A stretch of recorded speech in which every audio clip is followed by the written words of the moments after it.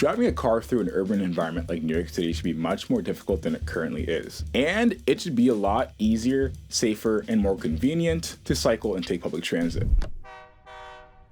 Driving a car is a negative behavior. Now, I'm not saying everyone who drives is an evil person, but cars pollute the environment, cause thousands of deaths a year, and are generally an inefficient use of space in cities that struggle to even provide affordable housing for all of their residents. And as a society, we've normalized disincentivizing proven negative behaviors. We all know tobacco and alcohol are bad for us, and to disincentivize their use, the government places additional taxes on these products. There are some additional taxes on cars, such as the gas tax, registration fees, and even congestion pricing, but those don't even cover the cost of the wear and tear cars put on public roads, let alone the environmental and social costs of chronic car syndrome.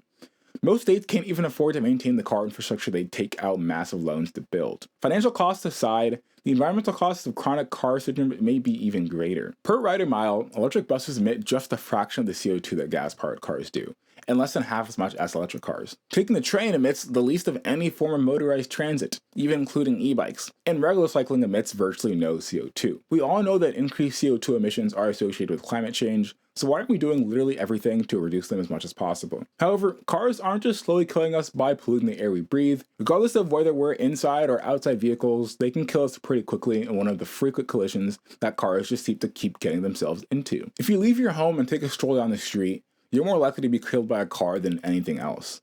Which is a shame because if you keep walking down that street, you'd realize that we have dedicated a lot of public space solely to these things that keep on killing us. I mean, in cities that we constantly complain about the lack of housing in green space, it's a bit ridiculous to dedicate all of this public land to private vehicles that literally kill us in numbers greater than any other thing. Especially with the knowledge that things like exercise and green space correlate directly to improved physical and mental well-being, why are we sacrificing all of that so we can hop in a car and sit in traffic for a few hours on the way to and from work, while hopefully not killing a pedestrian or fellow motorist? So how do we change that? Well, by making it harder to drive. But what does that mean exactly? Well, we should be requiring drivers to give up a bit more of one of their most valuable resources, time.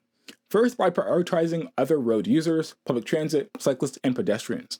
We should be designing our streets to move as many buses, bikes, and people as possible, not cars. North American intersections are designed to move as many cars through as possible, but this doesn't really take into account cyclists, and it sure as hell doesn't even take into account buses, even though one bus may have more passengers than an entire platoon of personal motor vehicles. Transit signal priority essentially overrides the signal sequence, giving every bus that approaches a green light so it may proceed through the intersection uninterrupted. The Dutch have taken this a step further, installing traffic signals with technology that essentially create pedestrian and bicycle signal priority. Intersections have cameras and sensors that detect whether buses, cyclists, or pedestrians are approaching, and will usually give them priority over any waiting cars.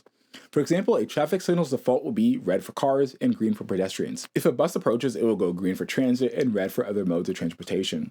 If, let's say, a cyclist and a car arrive at an intersection at the same time from two different directions, assuming no pedestrians or transit vehicles are crossing, it will give the cyclist their green signal and the car their red signal. Not only does this incentivize modes of transportation that don't pollute our cities, clog our roads, and kill our citizens, but it also eliminates the need for jaywalking or the Idaho stop by essentially stating that streets are priority pedestrian and micromobility spaces, and that cars are encroaching upon that, not the other way around. However, another way to do that is by removing cars from our streets almost entirely. Whether that is by fully pedestrianizing streets like sections of Broadway in Manhattan, limiting streets for local access only like Berry Street in Brooklyn, or installing real traffic calming measures, not just speed bumps, in places like Somerville, Massachusetts, we need to protect our local streets from high-speed through traffic.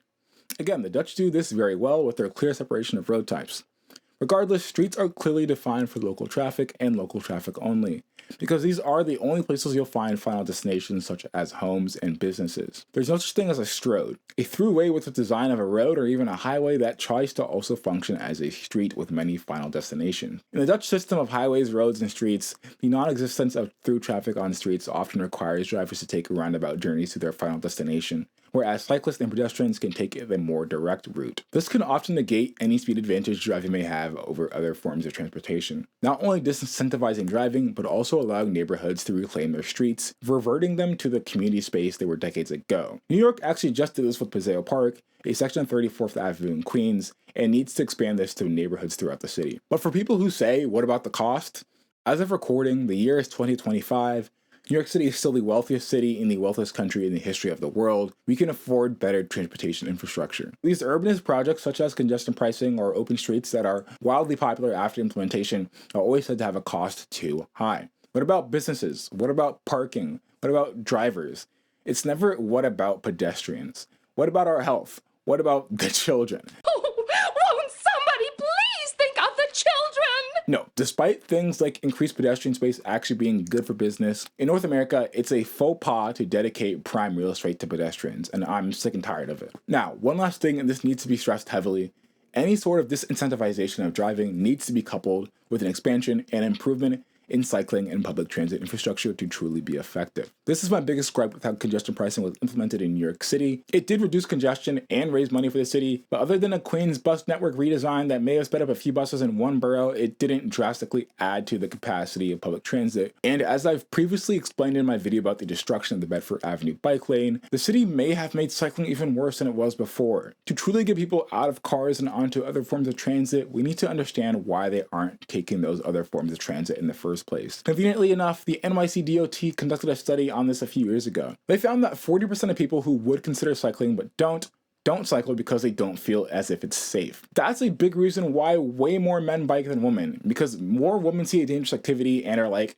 nah, I'd like to keep my organs inside my body, while men are like, YOLO, let me hop across this 10-story building. And unlike inflated fears of the New York City subway, again, you're more likely to be killed by a car than in the subway system. The fear around cycling is legitimate, but we don't see nearly as many government officials taking a strong stance in favor of making cycling as safe as possible. But I do want to reiterate, congestion pricing has still been a success. There are fewer drivers in Manhattan compared to last year, but that number could have been even greater if those people who are still driving for whatever reason could have been given better alternatives. For example, how about we also make the subway cleaner and actually deal with the homelessness and mental health issues plaguing the system? It's a two-part formula, making it less convenient to drive while also making it easier, comfier, and safer to use other forms of transit. If you don't work to improve the alternatives, you won't see the desired effect.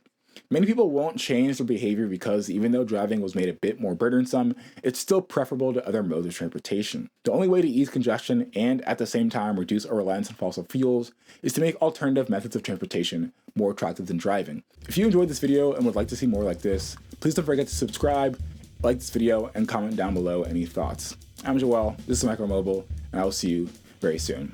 Goodbye.